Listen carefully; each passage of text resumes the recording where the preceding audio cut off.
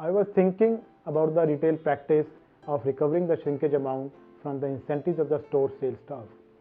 In retail, no doubt, we want our products to fly off the shelves and out the door, but only after they have been paid for.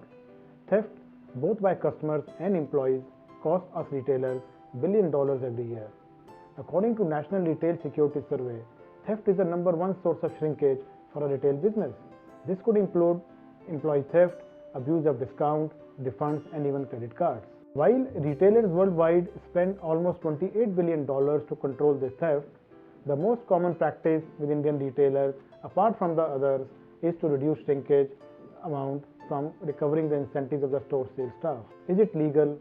Is it ethical? Is it morally right? The responsibility of reducing this loss lies with the board of directors and the senior management. And if they are not able to reduce it, should they recover it from the staff? Let me give you one small example.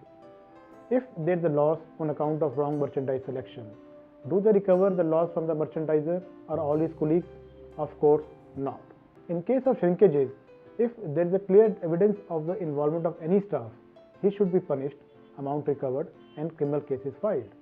In case there is no such direct evidence, why do the companies recover it from the sales staff? Is it because they are at the bottom of the pyramid and they do not have any say in the management? We have to understand that the sales staff are there to sell, not for policing the store. Are we expecting too much from them?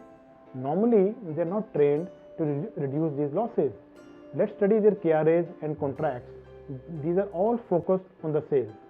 Staff deserve to be trusted and treated with respect and confidence unless evidence indicates otherwise.